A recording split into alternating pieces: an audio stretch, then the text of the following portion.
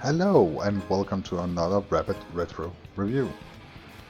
When I got my Dreamcast, I got the Sonic Adventure, Ready to Rumble boxing thing, and Sega Rally, and a thin release lineup resulted in me not having any other games than those three for a couple of months before good games started releasing for it.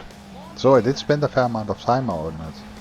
Sega Rally is pretty true to the arcade. It does have a history championship mode thingamabob, but the arcade mode is where I spent my time back then, and it's also where I spend my time now trying to refresh my memory. It's a rally racer, so that means slippery turf, mud, snow, water, all that good stuff that will make you slide around. Dust too, of course, sand. Why not? That will make you slide around and be a general hazard. And it is you drive for position in the standings and all that, but it is really a time attack thing where you try to reach the next checkpoint before your time runs out. And there's a lot of replay value here because you constantly want to do better, come into next race with a little more time than you did the last time. So if I completed the first race with 20 seconds left, I wanted to go and see if I can do it with 25 seconds left, because that will make the next harder race a little bit more manageable. So that will keep me coming back. The graphics are really good for a release title. As I remember it, it comes pretty close to how it actually looked in the arcade. Of course, with some smoother textures, but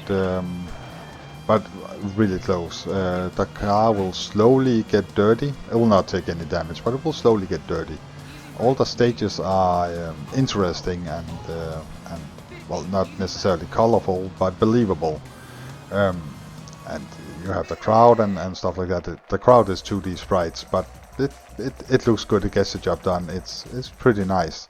And that results in a fairly high frame rate with no frame drops that I can recall. And that's the time of the pop-up, where the level would pop up in front of you.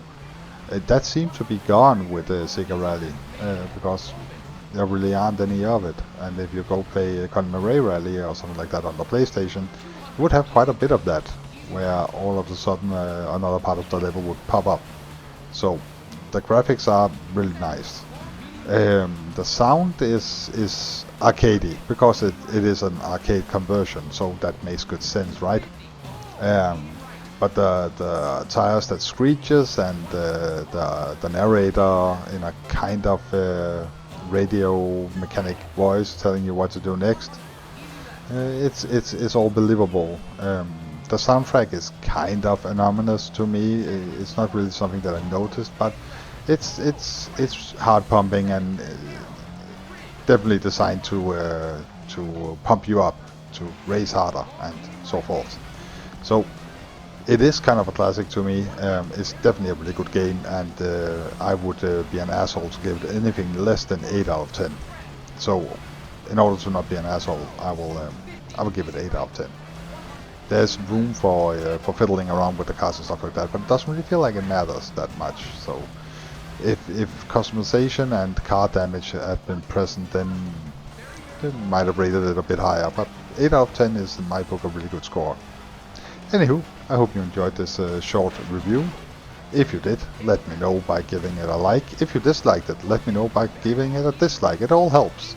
If you like stuff like this, subscribe. I upload as often as I can. I have a ton of kits, so it's not that often, but it's pretty often. Take a look at the channel. It's often enough. If there's a title you want me to take a look at, let me know, and I will gladly do so, if I can find it on eBay. Yes. Thank you for your time, and bye.